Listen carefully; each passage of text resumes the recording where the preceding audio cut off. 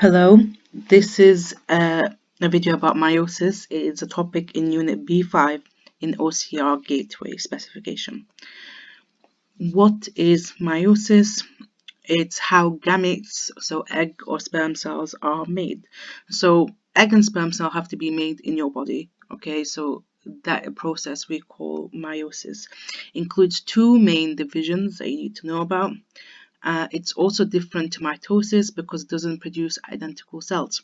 If you remember mitosis from B3, the unit included atomic mitosis, and it's when cells divide into two identical cells, and it's how your body replicates.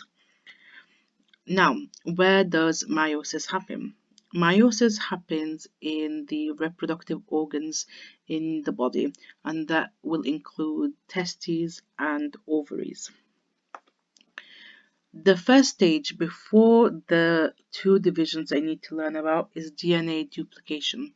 However, we need to just clarify something before we get into the different stages of meiosis. So we've got this diagram here, and this diagram is of a family. This is person C, and person C is the person that we're going to track the process of meiosis in today. Their parents are A and B. Okay, so A and B have a child, and it's C. Now, when A and B have had a child, they've had to go through the process of fertilization, where the nuclei of the egg and the sperm fuse. So the egg from A and the sperm from B have fused together. That means that in C cells, in each one of C cells, she's got a mix of the DNA of A and B. So in there'll be a mix of DNA of A and B because it's their child. Okay, C is their child. So if C is making gametes, then inside of the cell that we start off with, they'll have a mix between the DNA of A and the DNA of B. So if you have a look in this diagram, you'll find that some of the chromosomes are blue and some are red. The blue chromosomes will refer to the father's DNA, and the red chromosomes will refer to the mother's DNA. I don't want you to worry about it too much, but it's just an explanation of why they're differently colored. It's just a way to highlight how much variation you could have by DNA being passed down through generations and mixing up. So, before anything starts off, person C has a cell. In that cell, the DNA will duplicate so that there is enough for each new cell formed. So when you look at the first picture here in this diagram, you'll see that chromosomes are shaped in an X shape like this. This is not the normal form of chromosomes. This is the form of chromosomes when they duplicate. So when they duplicate, chromosomes will look like this. Chromosomes normally will look like that. So essentially half of this. So when you see chromosomes in an X formation, that means they've duplicated.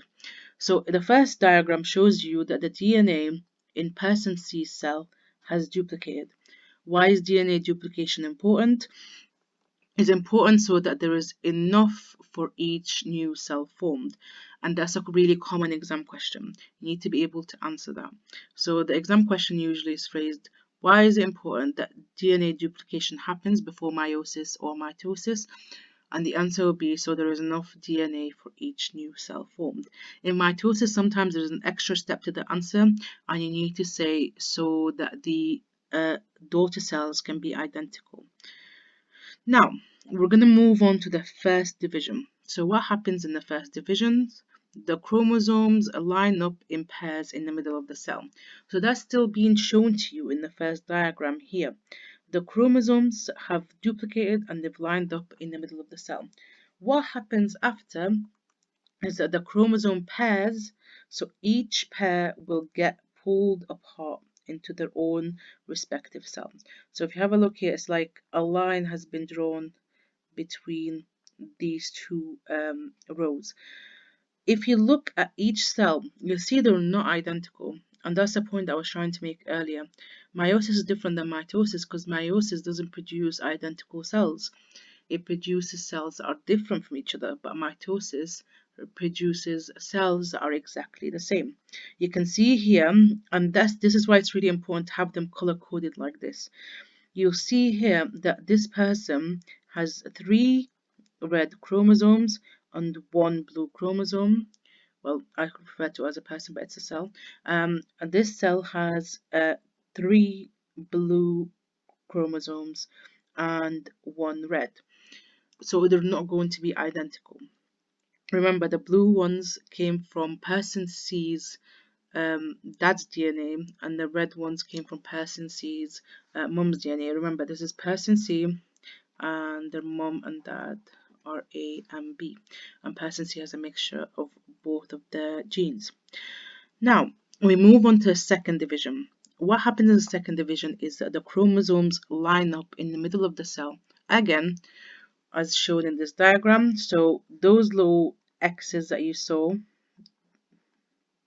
like this, what happens to them is spindle fibers, so this dotted line shows something called spindle fibers. Spindle fibers are like strands of thread that attach themselves to the middle of the chromosome, and they will pull each chromosome arm into the opposite direction. And that will result in having 4 different gametes. And in this case, they are egg cells. 4 different gametes with different DNA.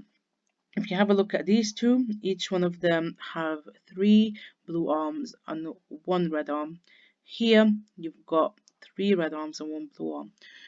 And that's the point of meiosis, is to get a variation of DNA, a mix of DNA between different organisms. So at the end, you get 4 diploid cells. If this was a different person, it might be sperm cells, but in our example, they are egg cells. So 2 main divisions, and you end up with 4 different gametes. Right, so here is your task. After this video, you need to go on Educate and log in and do the following quiz. If you are doing high, you will see the higher quiz. If you're doing foundation, you'll see the foundation quiz. Remember, we've moved away from using the website quizzes, so this is the only task that you need to do after this video.